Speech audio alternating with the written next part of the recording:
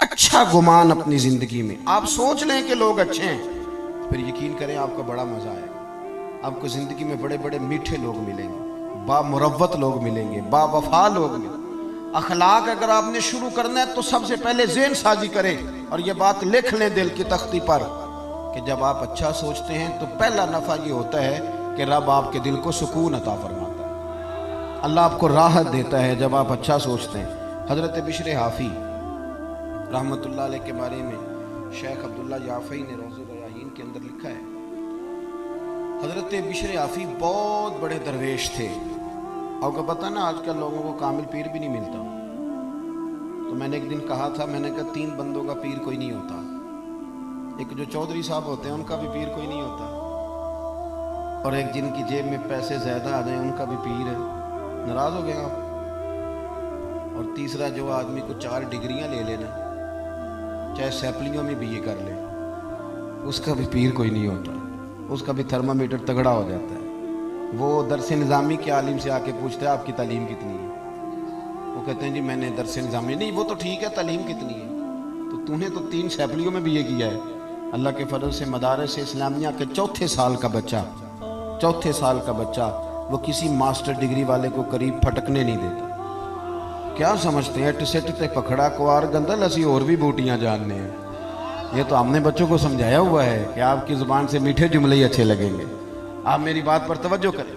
حضرت بشر حافی بہت بڑے شیخ تھے، امام احمد بن حنبل جیسے لوگ ان کی عزت کرتے، توقیر کرتے، اکرام کرتے، ان کی محفل نور کی حاضری دیتے، لیکن سارا بغداد قدر کرتا۔ ایک تاجر تھا بغداد کا، وہ کہتا مجھے نہیں بابا اچھا لگتا جی وہ آپ کو کیوں نہیں اچھے لگتے؟ کہنے لگے وہ جمعے والے دن نا جماعت کے ساتھ نماز پڑھتے ہیں پر باقی نماز پڑھتے نہیں اور گھر چلے جاتے ہیں، لو کر لو بات۔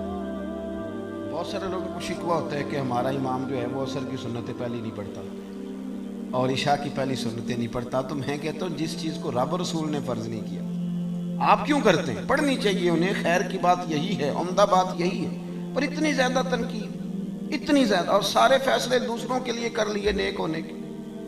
وہ کہتے ہیں جی وہ بابا جی نا فرض پڑھتے تھے جماعت کے ساتھ تو باقی نماز جماعت کے ساتھ نہیں پڑھا کرتے تھے، چلے جاتے تھے تو مجھے اچھے نہیں لگتے تھے۔ لوگوں نے مجھے سمجھایا کہ اللہ کا نیک بندہ ہے، بڑے بڑے علماء اور ذی شعور لوگ قدر کرتے ہیں اور آپ کا یہ حال ہے۔ کہتا ہے میں نے ایک دن سوچا کہ میں پتہ تو کروں بابا جاتا کہاں ہے ویسے جمعے والے دن، اتنی جلدی کاہے کی؟ کہتے ہیں میں نے ان کے ساتھ نماز جمعے کی ادا کی ایک ہی صف میں، حضرت بشر حافی سلام پھیرا، دعا بھی نہ مانگی اور اٹھ کے نکل گئے۔ کہتے ہیں جب وہ چلے تو میں بھی پیچھے چلا، ایک نان بائی کی دکان پہ پہنچے تو چند نان خریدے، میں نے کہا خو پیر صاحب کو بھوک نے ستایا تھا، وہ تو روٹی کی خاطر سنت اور نوافل چھوڑ دی۔ پھر وہ آگے بڑھے اور ایک ہوٹل سے انہوں نے کباب خریدے، میں نے کہا خو دیکھو ان کی عمر دیکھو اور ان کے ذائقے دیکھو۔ پھر وہ جب جنگل کی طرف بڑھے تو میں نے سوچا کہ یہ نا سبزے پہ بیٹھ کے اب کھانا کھائیں گے لوگوں سے چھپ کے اور لوگوں کو بتائیں گے کہ روزے زیادہ رکھتا ہوں، میں تو عبادت میں رہتا ہوں۔ کہتے ہیں وہ جنگل کی طرف مڑے تو میں بھی پیچھے ہو گیا۔